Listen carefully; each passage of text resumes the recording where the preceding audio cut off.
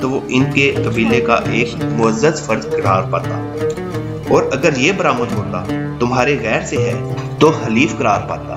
یہ نکلتا کہ ملحق ہے تو ان کے اندر اپنی حیثیت پر برقرار رہتا، یعنی نہ قبیلے کا فرد مانا جاتا نہ ہی حلیف۔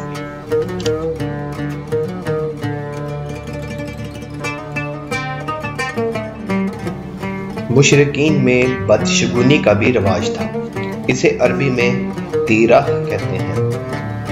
اس کی صورت یہ تھی کہ مشرکین کسی چڑیا یا ہرن کے پاس جا کر اسے بھگاتے تھے، پھر اگر وہ داہنے جانب بھاگتا تو اسے اچھائی اور کامیابی کی علامت سمجھ کر اپنا کام کر دیتے، اور اگر بائیں جانب بھاگتا تو اسے نحوست کی علامت سمجھ کر اس اپنے کام سے باز رہتے۔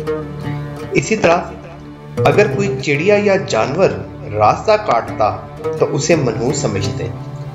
اسی سے ملتی جلتی ایک حرکت یہ بھی تھی کہ مشرکین خرگوش کے ٹخنے کی ہڈی لٹکاتے تھے، اور بعض دنوں مہینوں جانوروں، گھروں اور عورتوں کو منحوس سمجھتے تھے، بیماریوں کی چھوٹ کے قائل تھے، اور روح کے الو بن جانے کا عقیدہ رکھتے تھے۔ یعنی ان کا عقیدہ تھا جب تک مقتول کا بدلہ نہ لیا جائے اس کو سکون نہیں ملتا۔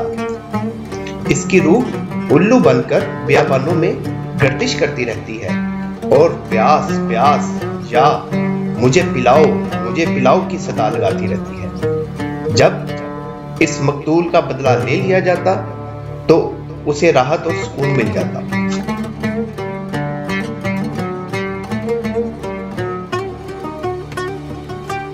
یہ تھے اہل جاہلیت کے عقائد و اعمال۔ اس کے ساتھ ہی ان کے اندر دین ابراہیمی کے کچھ باقیات بھی تھے، یعنی انہوں نے یہ دین پورے طور پر نہیں چھوڑا تھا، لہذا وہ بیت اللہ کی تعظیم اور اس کا طواف کرتے تھے، حج و عمرہ کرتے تھے، عرفات اور مزدلفہ میں ٹھہرتے تھے، جانوروں کی قربانی کرتے تھے۔ البتہ انہوں نے اس دین ابراہیم میں بہت سی بدعتیں ایجاد کر لی تھی۔ قریش کی ایک بدعت یہ تھی، وہ کہتے تھے ہم حضرت ابراہیم علیہ السلام کی اولاد ہیں، حرم کے پاسبان، بیت اللہ کے والی اور مکہ کے باشندے ہیں، کوئی شخص ہمارا ہم مرتبہ نہیں، اور نہ کسی کے حقوق ہمارے حقوق کے برابر ہیں۔ اسی بنا پر یہ اپنا نام ہمس یعنی بہادر اور گرم جوش رکھتے تھے، لہذا وہ سمجھتے تھے ہمارے یہ شایان شان نہیں کہ ہم حدود حرم سے باہر جائیں۔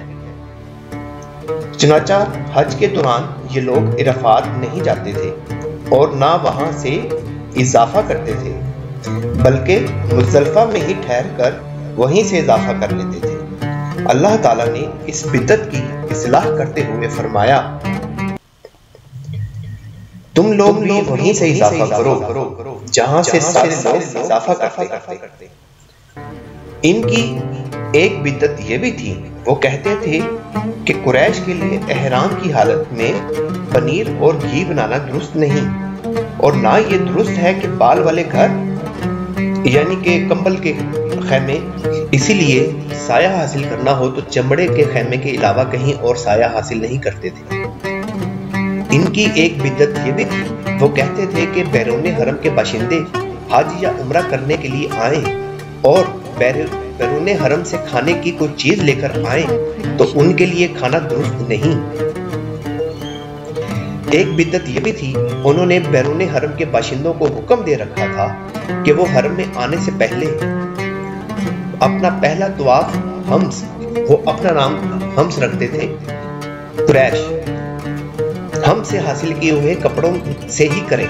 چنانچہ اگر ان کا کپڑا دستیاب نہ ہوتا تو مرد ننگے طواف کرتے اور عورتیں اپنے سارے کپڑے اتار کر صرف ایک چھوٹا سا کھلا ہوا کرتا پہن لیتی۔ اللہ تعالیٰ نے اس خرافات کے خاتمے کے لیے فرمایا اے آدم کے بیٹو، ہر مسجد کے پاس اپنی زینت اختیار کر لیا گیا۔ بہرحال اگر کوئی مرد یا عورت برتر اور معزز بن کر بیرون حرم سے لائے ہوئے اپنے ہی کپڑوں میں طواف کر لیتا تو طواف کے بعد ان کپڑوں کو پھینک دیتا، اور ان کپڑوں سے نہ وہ خود فائدہ اٹھاتا نہ کوئی اور۔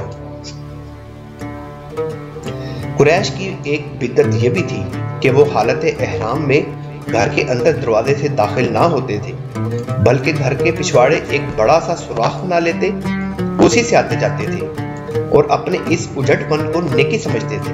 قرآن کریم نے اس سے بھی منع فرمایا۔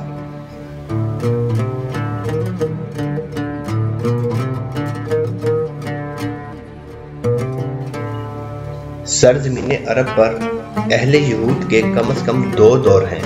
پہلا دور اس وقت سے تعلق رکھتا ہے جب فلسطین میں بابل اور آشور کی فتح ہوئی۔ بابل اور آشور کی حکومت کی فتح کے بعد ان لوگوں نے اہل یہود پر یہ جگہ بہت تنگ کر دی، ان کی بستیوں کو تباہ و برباد کر دیا، ہیکل سلیمانی کو گرا دیا۔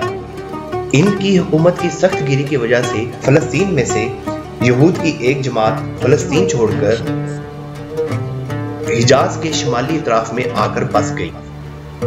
دوسرا دور تب شروع ہوتا ہے جب ٹائٹس رومی کی زیر قیادت 70 عیسوی میں رومیوں نے فلسطین پر قبضہ کر لیا۔ اس موقع پر رومیوں کے ہاتھوں یہودیوں کی تباہی اور ان کے ہیکل کی بربادی کا نتیجہ یہ ہوا کہ کافی سارے قبیلے، یہودی قبیلے حجاز بھاگ آئے اور یثرب، خیبر اور تیمار میں آباد ہو کر اپنی باقاعدہ بستیاں آباد کر اور قلعے اور گھڑیاں قائم کر لیں۔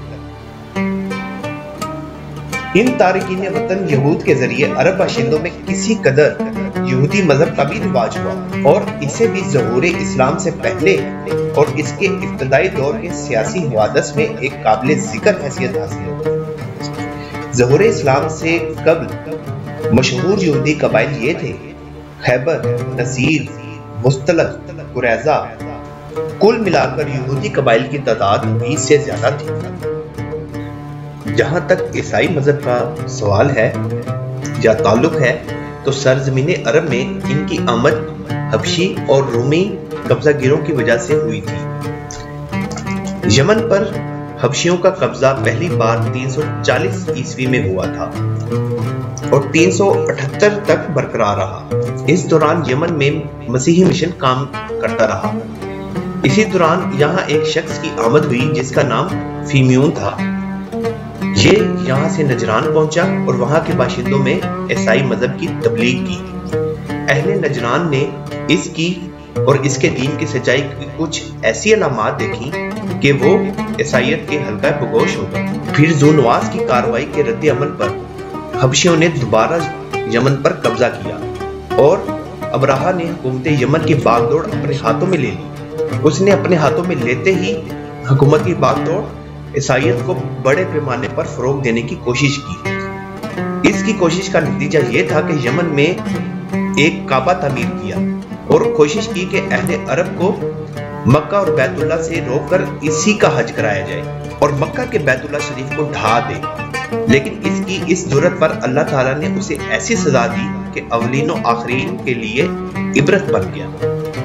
جہاں تک مجوسی مذہب کا تعلق ہے تو اسے زیادہ تر اہل فارس کے ہمسایہ عربوں میں فروغ حاصل ہوا تھا، مثلا عراق، عرب، بحرین، حجر اور خلیج عربی کے ساحلی علاقے۔ ان کے علاوہ یمن پر فارسی قبضے کے دوران وہاں بھی اکا دکا افراد نے مجوسیت قبول کی تھی۔ صافی مذہب تو عراق وغیرہ کے آثار قدیمہ کی کھدائی کے دوران جو کتبات برآمد ہوئے ہیں ان سے پتہ چلتا ہے کہ یہ حضرت ابراہیم علیہ السلام کی کلدانی قوم کا مذہب تھا۔ دور قدیم میں شام و یمن کے بہت سے باشندے بھی اس مذہب کے پیروکار تھے، لیکن جب یہودیت اور پھر عیسائیت کا دورہ ہوا تو پھر اس مذہب کی بنیادیں ہل گئیں۔ تاہم مجوس کے ساتھ غلط ملط ہو کر یا ان کے پڑوس میں عراق اور خلیج عربی کے ساحل پر اس مذہب کے کچھ نہ کچھ پیروکار باقی رہے۔ ظہور اسلام سے پہلے یہی مذاہب اور دین تھے جو عرب میں پائے جاتے تھے، لیکن یہ سارے ہی مذاہب بہت ہی شکستہ حالت سے دوچار تھے۔ مشرکین جن کا دعویٰ تھا کہ وہ دین ابراہیمی پر ہیں، شریعت ابراہیم کے احکام سے کوسوں دور تھے۔ پھر ان میں گناہوں کی بھرمار تھی اور طول زمانہ کے سبب ان میں بھی بت پرستوں کی وہی عادات و رسومات پیدا ہو چلی تھی جنہیں دینی خرافات کا درجہ حاصل ہے۔ ان عادات و رسوم نے ان کی اجتماعی، سیاسی اور دینی زندگی پر نہایت گہرے اثر ڈالے تھے۔ یہودی مذہب کا بھی یہی حال تھا، وہ محض ریاکاری اور تحکم بن گیا تھا۔ یہودی پیشوا اللہ کی بجائے خود رب بن بیٹھے تھے، لوگوں پر اپنی مرضی چلاتے تھے، ان کے دلوں میں گزرنے والے خیالات اور ہونٹوں کی حرکات تک کا محاسبہ کرتے تھے۔ ان کی ساری توجہ اس بات پر مرکوز تھی کہ کس طرح مال و دولت ریاست حاصل ہو، خواہ دین برباد ہی کیوں نہ ہو۔ ان کی تعلیمات کے ساتھ عیسائیت ایک ناقابل فہم بت پرستی بن گئی تھی۔ اس نے اللہ اور انسان کو عجیب طرح سے غلط ملت کر دیا تھا۔ پھر جن عربوں نے اس دین کو اختیار کیا تھا، ان پر اس دین کا حقیقی اثر نہ تھا، کیونکہ ان کی تعلیمات اور ان کے مألوف طرز زندگی سے میل نہیں کھاتی تھی، وہ اپنا طرز زندگی نہیں چھوڑ سکتے تھے۔ باقی جو عرب کے دین تھے یا ان کے ماننے والے تھے، ان کا حال بھی مشرکین ہی جیسا تھا، کیونکہ ان کے دل یکساں تھے، عقائد ایک سے تھے اور رسم و رواج میں ہم آہنگی تھی۔